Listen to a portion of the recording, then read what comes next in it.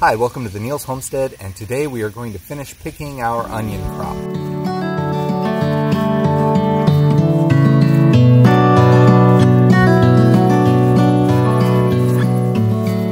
We started picking these yesterday. The forecast changed a little bit, and it says no more rain for yesterday, today, and tomorrow. So we're trying to get them out and get them on the plastic so they can dry up a little bit. And then we'll pick them up and put them in the barn. This here is amongst the smallest ones that we got. And I would say this is about average for the grocery store for a typical onion. Our onions this year have done a lot better though. And we're getting a bunch of them that are this big or bigger. These are not the largest ones out here. I'm really pleased with these. They're 2.5, 3 pounds each. So they're really big and they've done very well.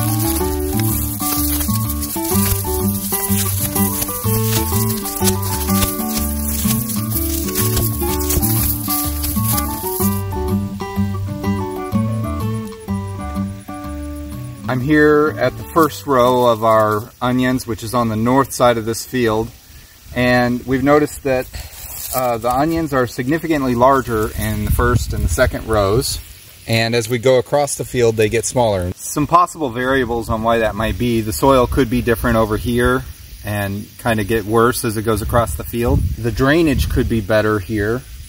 Again, I think there's some of that, but I think a lot of over there is not badly drained. Towards the end, it kind of has problems. Other possibilities are that we planted this row and part of the next row off of the planter.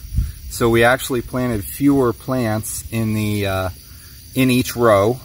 So it may have given the onions more space. That could be why they're bigger. When we planted over there, like it rained and it got muddy, so we couldn't use the tractor, and we went through and manually poked holes with a piece of rebar, then planted the plants in there. We have a video on that from earlier in the spring. Another possibility that came to mind is that the other ones might be planted deeper, and so they may be struggling to push the soil back in order to grow large. Like they couldn't just go into the air and grow large. Doing this definitely brings back memories about when we used to do this a lot more. These onions turned out really well.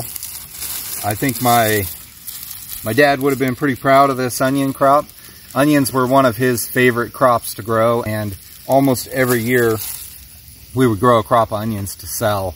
We haven't really done that since he died.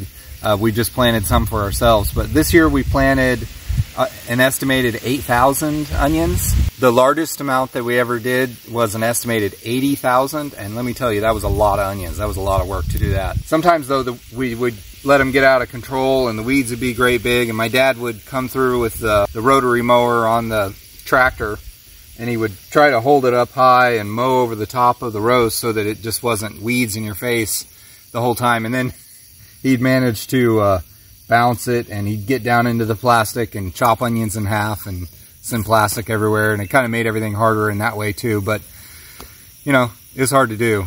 My kids were little during a lot of that, and they would help sort onions and they would help plant onions, and it really brings back a lot of good memories when we used to do that. It always takes place in the really early spring.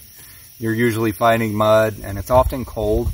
It'll often be frosting at night, and you're planting into, you know, cold mud, so your hands get cold. But it's a lot of hard work, but it's fun to get a good crop of onions like this. Really is rewarding. We've learned a lot of lessons over the years about what to do and what not to do. One of them being you really got to stay on top of the weeds. If you let them get out of control, you can't get them back under control. That's one hard lesson to learn. You know, I'm thankful for all that I was able to learn from my dad. Maya, fix this. It needs to go like this. And that we were able to learn together about raising stuff, including onions. It's just going to be mid-80s. Partly cloudy, so it's kind of perfect weather for these things to start drying out a bit and curing. And then later we'll gather them up and start getting them into the shelter. Thank you for watching, and we'll see you all next time.